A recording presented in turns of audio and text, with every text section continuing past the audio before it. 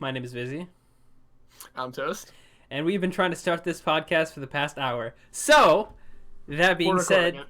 we are recording it. And in the future, we're going to have a different channel that we're going to probably upload this on. This one's going to go on that channel.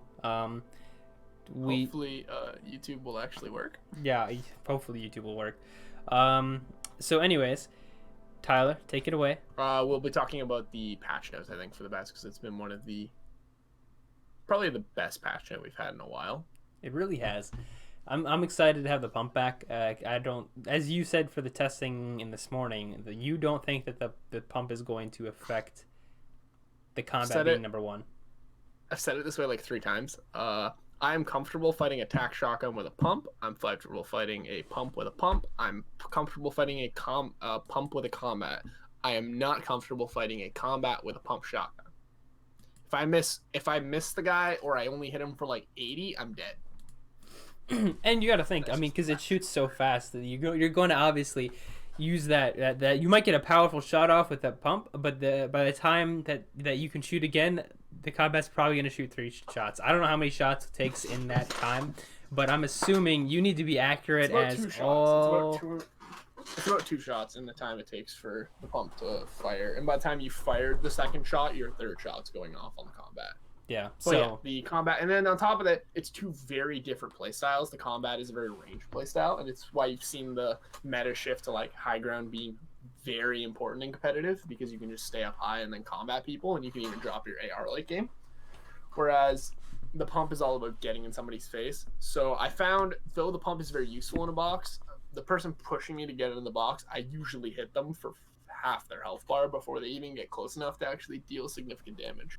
So do you think that end game and competitive is going to still stay the same? You're still going to have just combats? I feel like it's going to be a mental thing. There's a lot of, I was watching Chap earlier and he was mentioning the same thing. It's going to be very mental of like taking a pump over a combat because you're so used to the one shot of the pump. I think it's going to take obviously more end game testing. I didn't really get to do any scrims because I was playing solo. Which we'll have to do later. Testing of that today. But I think it's just going to be a very mental thing as well as play style thing. I think I will more be suited to the combat because I'm very much about getting shots off on people during my fights and everything, like not taking high ground, doing dirty low ground peaks, etc. Mm-hmm. And the pump doesn't really equate to that. I tried to low ground. I'd played like 20 games and I only did my last game with a combat. And I was just not able to low ground people at all because I was hitting them for like 19s instead of like 70s. So, transitioning into the next thing I think is going to affect competitive most is the vaulting of the Rift to Go. I don't find that one too bad. I don't know about if I was just getting lucky, but I was finding shadows and jump pads a lot more often, as well as spike traps, honestly. I had like 5 spike traps in one game, and I usually had like 1 or 2 when leaving an area. But I found I was getting rotation a lot more. Okay. With Rift to Go's being gone, maybe because Rift to Go's are a purple spawn, so removes that. But wouldn't the purple spawn? I could be wrong, but wouldn't the purple spawn? It's replaced by the jump pad. The jump pad, okay. So yeah, I don't know if, but my thought is like we don't have that much movement because like you and me, obviously we had that so much trouble getting movement in our trying to qualify in the last week, where we literally our best game probably was I think 2 shadows and a Rift to Go or a jump pad or something like that. That was probably our best. 2 shadows and a Rift to Go, yeah. Yeah, that was our best movement game, which is horrible. So my worry is that we're going to end up having even less movement in the game than we already do. Now, they did unvault shockwave grenades. I don't know. I haven't played with them in endgame, so I don't know how that affects it. I'm assuming it's going to fuck things up. Shockwaves are very interesting in scrims. There's 2 ways to play with them. You can W key people very easily because there is the strat of when someone's in a box below you.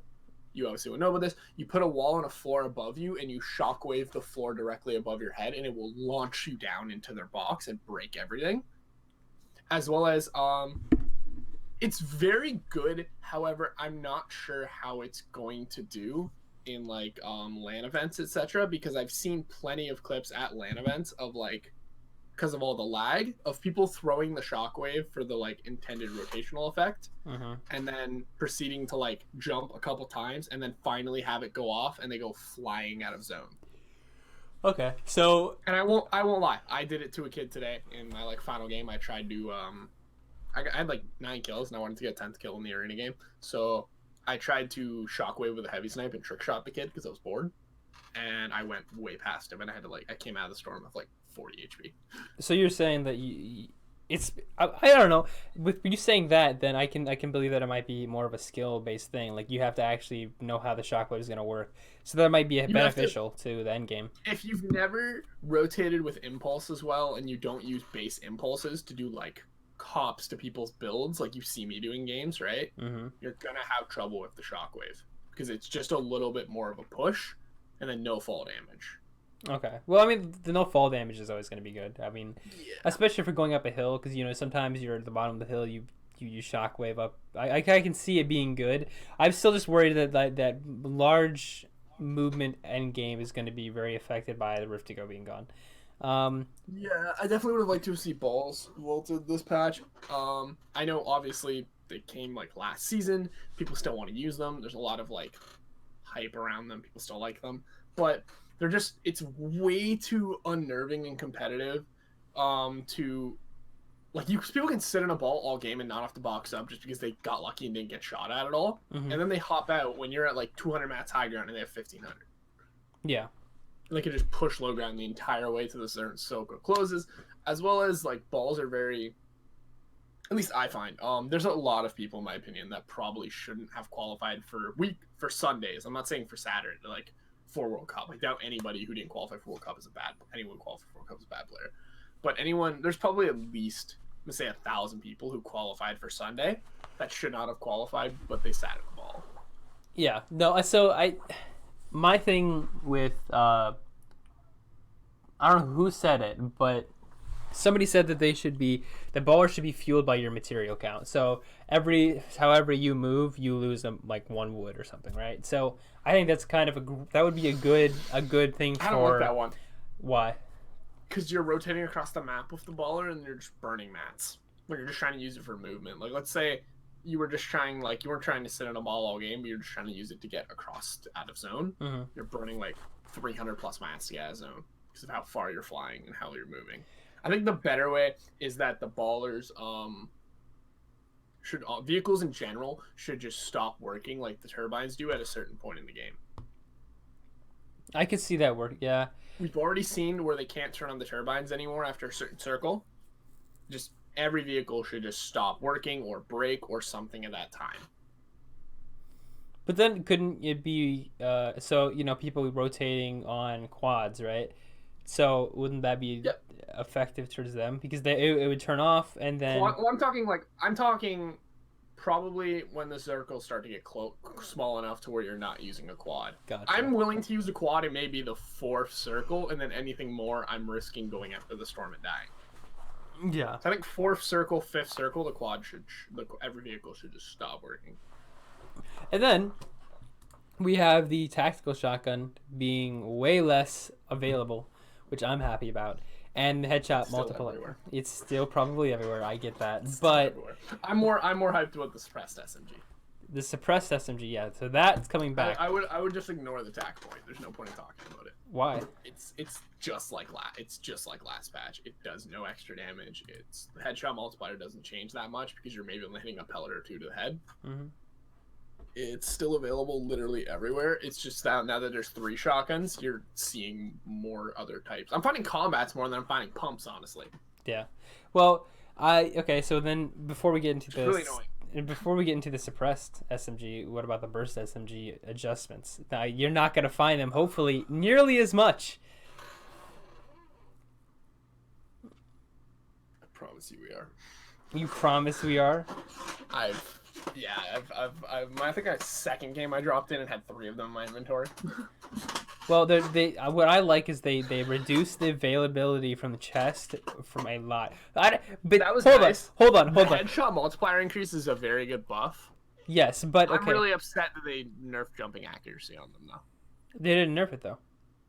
Yeah, they did. Jumping accuracy penalty reduced. Oh, they didn't? No, I'm dumb. I read that wrong. You are dumb. Anyways, so it says 18 before. Wait, hold on. So at one point, did they think that having something in a game that drops 20% out of chests is good? It was at 18.66% drop rate from chests. What is that? What is that? Like, what? Why would you ever think Yeah, that's? yeah, Anyways, that was kind of that's brutal. I my. think it I'm should probably upset. be about 7%. Most things are around that, Yeah, like well, 7 to still, it's 5. 10%, which is still kind of Um, ridiculous to me. yeah, I mean it has its own place now with the suppressed SMG being in the game. The burst is a good starting weapon for being able to hit like jumping shots and everything. I literally hit a clip today for the SOAR RC Mm. with the burst where I shattered up on someone and just like three tapped him with a burst really quick. Okay, so then we have Flintknock's availability being reduced. I thought it was still hard to find Flintknock already. They made it worse. I get why they did that. There's too many exploits resulting around the Flintlock as well as it's like free. It's basically a free glider deploy because you can stop fall damage with it. Um, I think it's a on skillful top one. of that, it also does 200 to the head if it's a green one. That would probably be the major reason. Epic is very right now against having guns that one shot, right? Yeah. And the big problem with the Flintlock, even though the pump can one shot currently, the pump being back, the Flintlock can one shot somebody and get you out at the same time. Yeah. So, So it allows you to escape from another teammate, etc. but my problem is like I think that it's more skillful to have a flintlock than it is to have gliders because if you have that flintlock, you're gonna use it to get off high ground, right? And then you have to catch yourself on the way down. You have to make sure you shoot it at the right time. You have to catch yourself after you shoot. You have to reload it in case you have to do it again. So you have different things that might happen during that where you need to actually be good at the game to get that reload off to catch yourself. Blah blah blah. Oh, Gliders, absolutely, it's but it's a just lot less predictable than gliders. That's the thing. I understand, but I mean the exploits. I think the exploits are fine to be honest. I mean I get why they don't want them in the game because it is technically an exploit, but when you have the problem of ping being such a high, it's a high reward thing with ping. You have no drawbacks with having good ping because you're just gonna have every wall. You can take people's walls. So when you have that exploit to have somebody get in your box, then I think that's fair. I think it's kind of a fair situation. I saw something on Chap stream today, and it was someone asking him about the exploits and if he thinks they're fair. And his exact stance on it was, if you see somebody putting a ramp above their head in front of your box, you have a general idea of what they're going to do. Mm-hmm. You should be able to counter it. Like, if you don't counter it, that's your fault. Exactly. So I think It shouldn't be removed from the game because it's that. That's why I said I'm happy they didn't vault it. I liked another thing I heard because Dubs was watching. He got hosted by Tifu and he was watching Chap earlier, and they were like streaming really early in the morning, and he was watching. He was like play by playing Chap's game, and Chap was using the Flintlock to go in people's boxes, and Dubs said he was cracked with that. And then when they got in Discord together, he asked Dubs if he ever used it, and Dubs said, "No, I don't. I really want to start." And all I could see in chat was, "You don't need to use it when you take walls with zero ping." exactly. That's So the it does exact stand point. to the point. Like, it's a good counter to zero ping, absolutely. And then we have something one of my favorite patches. The drum gun is no longer. It has 40 bullets instead of 50, which I think is still too high. I mean, I get why It it's a drum feels gun. really balanced. Yeah, but it reduced fire rate, which is great. Now I hope that when you press yourself into a wall, you're not going to get through the wall. Because I don't know if you noticed, but if somebody has a drum gun and they press themselves against the wall and start jumping, they're probably going to get through, especially if you have ping like ours, which is like 20, 30. Yeah, it's very true. As well as I for once finally got to witness from the POV of a controller player them using a drum gun, and it is absolutely terrifying. Yeah, you L2 spam. You just keep L2 spamming. They hit like 42 they hit like 42s, just which is headshot crits with a green one, just 4 or 5 times in a row, even though there's bloom on it, just because they're spamming and getting that. Exactly. And then another patch They that also- we have is the SMG, the burst SMG, or not the burst SMG, the suppressed SMG, right? Yeah, it's been added back. It's been added It's the back. exact same gun. They've done nothing with it, even though like they changed stuff. For example, if the revolver, they added that back, and they changed when they added the epic and legendary, they added the old ones, and they said they didn't like people said they didn't change anything about it. The fire rate on them is a lot faster than it used to be, Okay. but they didn't have to tell us that obviously because it's not a patch where they're like, oh, we're changing this about the revolver. It just got added back in. So what do you think about that then? What do you think is going to fit in the meta? Is it actually going to be a useful thing? No. No. Maybe Yeah, as a no. double swap weapon early. I saw a bunch of streamers trying to use it as an AR, like using it like as their singular weapon, and it just like wasn't working out. I can see end game it could be useful, but I think the only way it's going to be useful is to pair it with the pump because that's the only way that it's going to the pump is going to be able to keep up with the combat. I found the pump with the new revolver was a dirty combo. because it allowed you to essentially do the old school Deagle pump, Okay. double pumping. Like I was pumping, hitting that, pumping. You could just constantly flick between them because of no shotgun delay anymore when you only have one shotgun. Yeah. And plus, I think see... we'll see with the pump, we'll see a few more of those metas coming back, like the Deagle, etc. Well, it does add a lot of variance to the loot pool now, because we were talking about it yesterday. The loot pool was like dead. There's like you have a couple viable. We'll talk about that in a bit. We'll talk about it in a bit, but and then we have the gameplay supply llama is increased from 3 per match to 5 and 350 match each. Now, I don't like this. I don't like 5. I don't like 5, and I don't like llamas in general because it's an RNG thing. You get a llama, your game is probably going to be a lot better because let's think. If you get a llama early game, right? You don't have to farm up as many mats. My arena games, I got a llama in a few of my arena games, and as soon as I got a llama, I would just W key because I didn't have to farm for mats anymore, and I would usually be maxed, so I would just W key everyone I saw. Exactly. So this is and they have a problem obviously with W keying in their games. They don't like when you W key, and we have to look at like every game mode instantly has 30 players left within the first circle closes, which is stupid. So there was 24 in an arena at the 3rd circle today. I was sitting on top polar looking for kills. Exactly. So my problem is this heightens the ability to just W key people, especially for a few select players. It's not like everybody has a chance to W key and be in that good position. It's only the people who find these llamas. And now there's 5 people who are going to have 350. What? How much is that? Almost 1,000, more than 1,000 material, right? Yeah. They're gonna have 1,050 material to push you. If you farmed 150 of each material from your drop, which if you drop at a POI, that is very possible. We do it. We drop Shifty. Other people, there's Pleasant, Lazy. Lazy doesn't exist anymore. My bad. Lucky, Paradise Palms. Like all of these places, if you drop there, you can easily get 150 of everything. Mm-hmm. Extra as well. So if you find a llama, you have like half as much time farming, and you can spend so much more time looting for rotational, different weapons, different heals, etc. My favorite change I saw in the patch, honestly, the minigun damage increase is actually a nice thing to see, especially because like the first time when I first saw it, I immediately hopped into arena game. When I got a minigun, I just slid on the ice in Greasy Grove and just sprayed 2 kids in a build fight with like 600 bullets. As you should. It was pretty fun.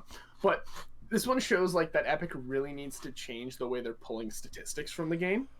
The heavy assault rifle, which is our AK, they increase the damage for 2 at each level, which though they think is a good idea because they're not seeing it much and they think we'll use it more.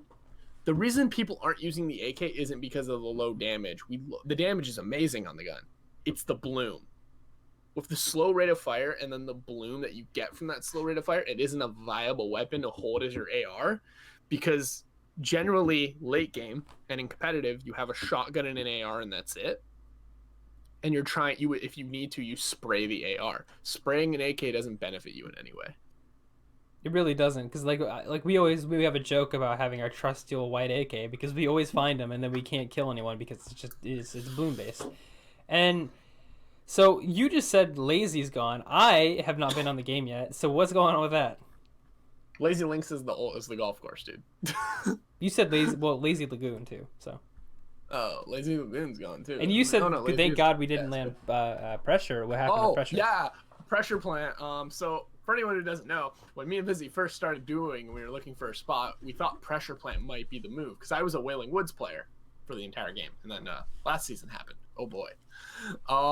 But pressure plant recently got expanded. However, there's literally no loot. It's opened up into like a bomb shelter-esque bunker with 3 balconies on each side of concrete with stairs going down. There's one little shack on top of each of them. And that's it. So there's like 4 spots in pressure to land now, and it's not as close quartered. So it's a lot of like spread out AR sniper fights, which is not fun. I found I've been using like my rotational shadows to get around and actually get behind people because I just don't have an AR. All right. Hold on, I'm dying of sneezes. Okay. I can see that. I'm gonna talk about he's dying of sneezes. I'm gonna talk about one of the honestly my favorite one of the favorite updates in the patch is the increased rifle clip size for the infantry of the epic and legendary from 8 to 10. The infantry rifle is one of the few aim-based weapons in the game. I will pick one up majority of the time because it allows me to beam players as they're flying through the air because I have good aim and I'm not just spraying with a gun hoping for bloom. Yeah, I love that because a lot of times what'll happen is I'll shoot somebody while they're gliding in, right? And they'll be like one shot or something, and then I run out of bullets, and I'm like, if I only had one or two more shots, I'd be fine, right? That's perfect. 10 shots is perfect for the infantry. My arena pub stop games, I literally was just like standing down on the ground, having people go up the drone, and I was just dinking them 3 to 4 times. They flew up with the infantry, and that was before this update even happened. I was playing a little bit before the update. I went and showered, got coffee, food, and then the update happened. And then, of course, you know, we got the few other things like the Kevin prefab. That's going to be beautiful. Yeah, because we care so much about creative Kevin prefabs, all right? I love Kevin. You know what? Then, you know, we also have the Save the World update, and don't hate on Save the World. I'm an alpha player. Save the World was my shit at one point. Yeah, okay, buddy. That was what I bought Fortnite for, was Save the World. I saw that at E3 and I'm like, that looks fun. Anyways, so now that we talked about the patch notes and all that, moving on to the actual competitive scene and the things that are happening within it. Trios. Oh, I think we should probably talk about the loophole first because we said we would mention that. Just a quick point about it. My current stance on the loophole is they keep sending out this random survey to people of different things. I got one for the Chug Splash. I call it the 6-pack. Immediately I gave it a 5, and then when I asked for more information, I put any heal is good heal. Like any healing is good for the game. Of course. The problem with the loophole right now is I understand the point of casual, but when they put so much money into their esports side, they really need to look at maybe release like a test server or maybe just like different loopholes for different game modes, which we've seen they're able to do, so they can't say they can't.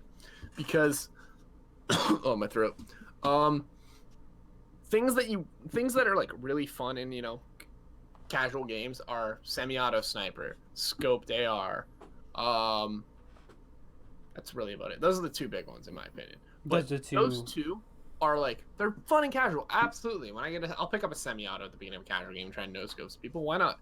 However, in a competitive game where I'm playing for, you know, $50,000 for the World Cup qualifying, nothing hurts more than landing at my drop to be contested by somebody, them picking up a gray pistol or like an AR, and me getting a green scoped AR. Exactly. So I can't aim it. Hang on. I can't aim down on them in like close quarters. I need them to move away to actually hit my shots because the no scope on that is just completely inaccurate. There you go. So that's what I was gonna ask. Is there anything else that you think that should be vaulted besides the semi-auto and the marksman? I think that the burst SMG, I don't think the burst SMG should be vaulted. Really? I was just added. It's not a bad weapon to get off spawn. Okay. I don't like having 5 of them, but I'm perfectly fine when I find a burst SMG as my first weapon. I know I can contest somebody if they show up on me with a white tack. Honestly, I know I can. Okay.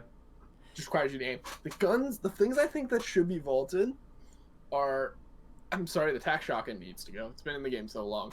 Every noob who liked the tac shotgun on console, that was the people who liked it. I'll say it. All the like casual console players, the very casual ones. They like the tac, they like the combat. The combat's used so often. I barely ever see a player shoot me with a tac, and if I do and they kill me, they take my combat immediately. So I don't think they're ever actually using it because they want to. I think the tac, the semi-auto, the scoped AR. I think either bandages should be able to heal to full, that would make sense. They should be vaulted. Well, I don't know if they should be vaulted because you can, every once in a while, you have that situation where you're in the store and we see some bandages. That's what I'm saying, though. I'm saying, because we have the whole thing of Epic really doesn't like heal-off endings. They hate when people have 2 campfires and a medkit. My thought process is the medkit should do 5 seconds like the shield potion and give you 50. 5 seconds, it gives you 50. That way, that would negate the whole heal-off ending, because 2 campfires cannot sustain you for that 50 health. That would literally remove that effect, and medkits should just be like a white common item. They can drop more. I 50 HP. could see that because we have slurps that help with your heals. Exactly. You have That's apples the and thing. bananas on the Band-aids aren't ground. needed because we have so many things that give us health now. Yeah, I and understood them in the beginning when we, only had full pot. I think there was a point like first day where we had full pots and band-aids. now before we move into the actual competitive stuff, well, it is something to go around along with the competitive stuff. But my thought for Arena is that they should reset the points now, at least every couple weeks, because now that we've Yeah. or at least every month something, right? So because I'm tired of. I would say maybe just every season. Seasons only last, like, people seem to think seasons last a long period of time because, it's just like you play the game so much during that time. A season maybe lasts 2.5 to 3 months. Yeah, but still, so Um, they obviously they don't like they would prefer people to be playing their game online rather than in customs, right? So to fix that, that would work if they just reset their points every month. Because if you I thought do, of something to fix that as well, though. and what is that? So my thought process is heat should be used for a lot more than just, entering a division. Like, so I'm at about 220 heat right now after my pub stomp games today. And like the only reason I didn't climb back up to 300 after like immediately falling down a little bit because of playing with friends in arena and not caring. I just did customs over and over again, and then I would go into the only time I go into duos is when me and Vizi were tilted from customs, and that was probably not the best time for us to go into arena, so we'd lose. We'd lose heat, and I just go down. But I feel that heat should be something that we can use for like a lot of for purchases. Honestly, it should be used to enter tournaments. It should be used for, and like the main one for me is entering tournaments, as well as if you play the game enough and you have a certain amount of heat, you should be able to bypass things. For like, the biggest one to me is the World Cup qualifiers. The format was terrible. I'm sorry.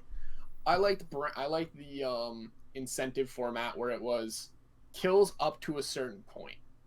So it was like 3, 5, and then 7. So you are rewarded for going off and getting kills.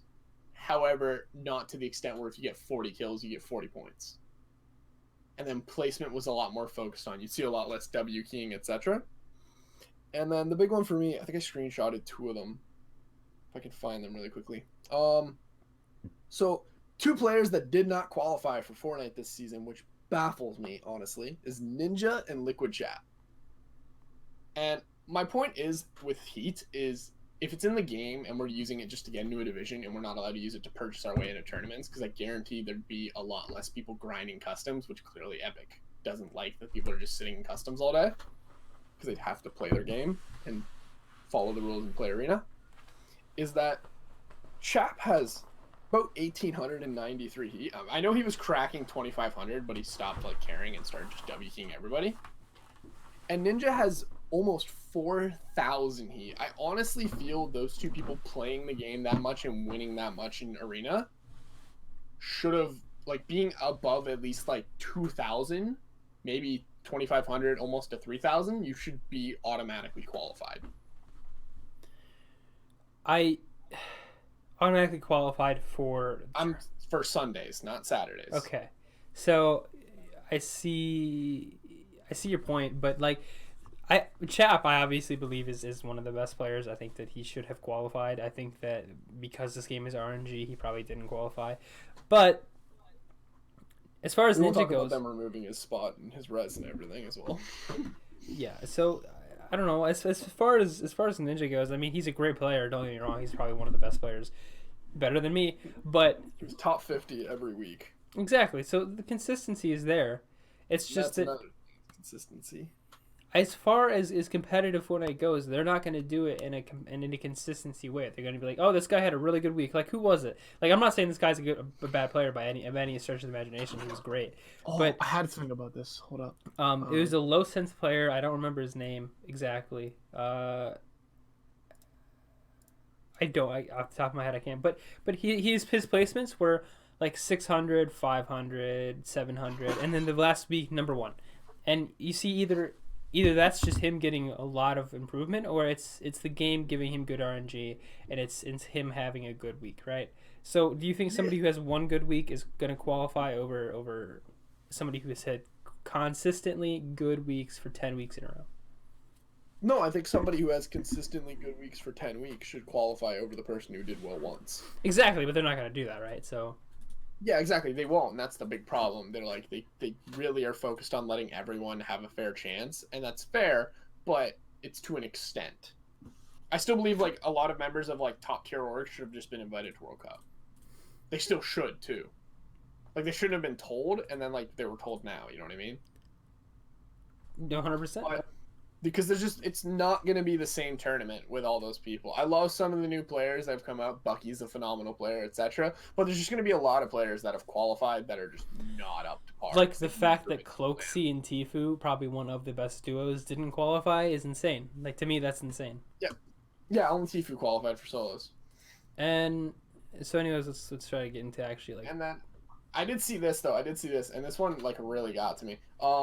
Somebody was talking about Morgassi, the winner of TwitchCon, if everyone remembers. He won, or from the Fortnite Summer Skirmish, he won $250,000 in his first ever like LAN tournament. He's barely showed up in Winter Royale, World Cup, any tournament after that.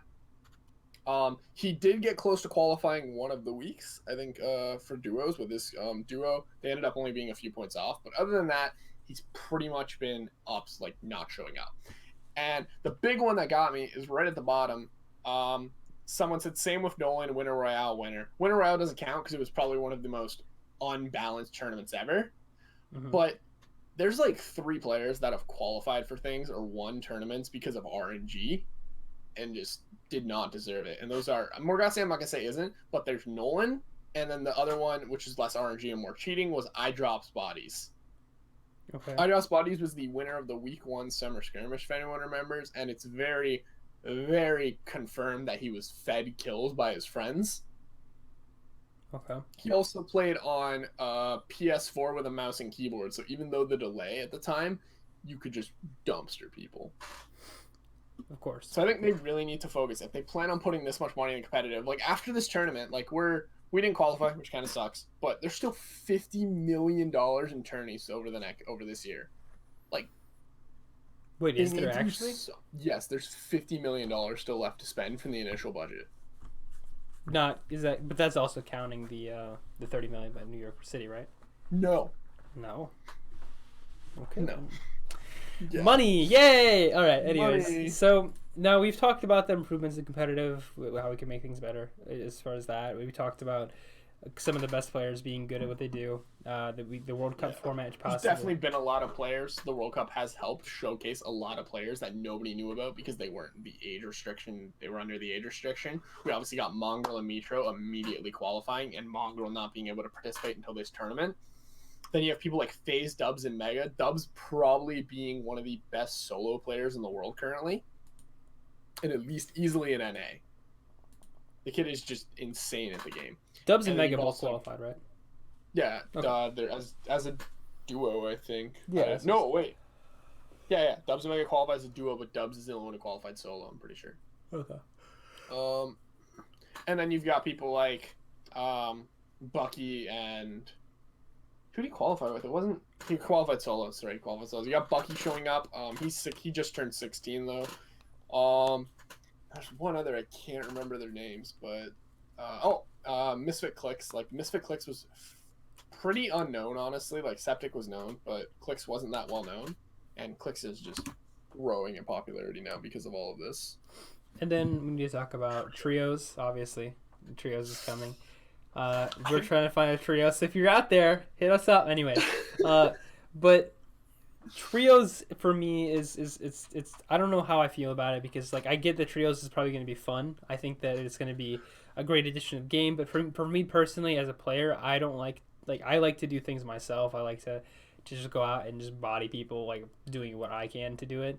So doesn't exactly work in scrims. It doesn't work in duo scrims. We can solo scrims. Yeah, but in duo scrims, I mean, I still work well with a teammate. I still do that. But trios, I think the communication is going to be so key in that. It's ridiculous. I think it's going to be exciting, but for me, I don't know how I feel about it personally. What about you? Trios to me, honestly, is going to be very competitive. I think it's going to eliminate the whole thing with duos right now where your duo can die and you can still place high is going to be gone in trios. if two of your teammates are dead, you are dead. You will not live because three people will be pressuring your box at the same time. And I don't care how like good of a player you are. If three people are pickaxing to take your walls and you're trying to turbo build them, or you're being sprayed at by two walls and you don't want to get shot, you're not gonna have the time to look down and edit and get out. It's just not going to happen. Okay. You will be chased and you will die every time. So do you think they're going to be? Do you think trios will be an aggressive or passive game mode? I think trios would be actually a very passive game mode. I think it will be aggressive at endgame. Okay, I can see that because I like think it will be you're a not going to lot want to more push of a team of three in the middle Exactly. of the open. I think it's going to be a lot more of a turtleless playstyle. They're already doing trio scrims. The only way it can be done right now is if you, when you see, I realized this last night, when you see in the Atlanta scrims Discord and other ones that they're doing squad customs, they're actually doing trios. Gotcha. They're just queuing for squads. It's not the greatest practice, obviously, not having Siphon and other things, but it's a start considering we're probably not getting trios arena since Epic's going on a break. And then immediately we have a trios tournament, so good planning by them. Right. So, I just believe that I mean, I'm not. I'm completely with you that the trios is going to be great, right? But I just, as a personal player, that's not my thing, you know. Yeah, absolutely. I get that. You're a very solo player. And even when we duo, like, though we have good communication and we definitely do, like, constantly when we see those opportunities, it's like, okay, I'm holding while someone breaks a wall. Mm-hmm. Or when one of us tunnels, the other shoots, etc. And then you replace walls. If I'm trying to tunnel really fast in the zone because we're against zone, you'll replace any walls I miss. Because generally, if I want to tunnel at my max speed and, like, keep us going the whole way, I might miss one or two walls on the right or left side. Just because of how fast I'm flicking my mouse around. And that is why I sit behind you and wait until you miss one and replace it. Anyways, so it's a good habit to get into. Like, obviously, like when you're going super fast and you're trying to avoid like getting shots, anything, you just want to get to the zone. Mistakes can happen because you're just going like the speed at which you have to react in this game is insane. I think it is definitely going to be more communicated. I think we as a duo need to work more on working as a duo when we're playing. We do both try and do our own thing, and honestly we should practice like because there's like building things you can do with two players that you can't do with solos. Yeah, of course.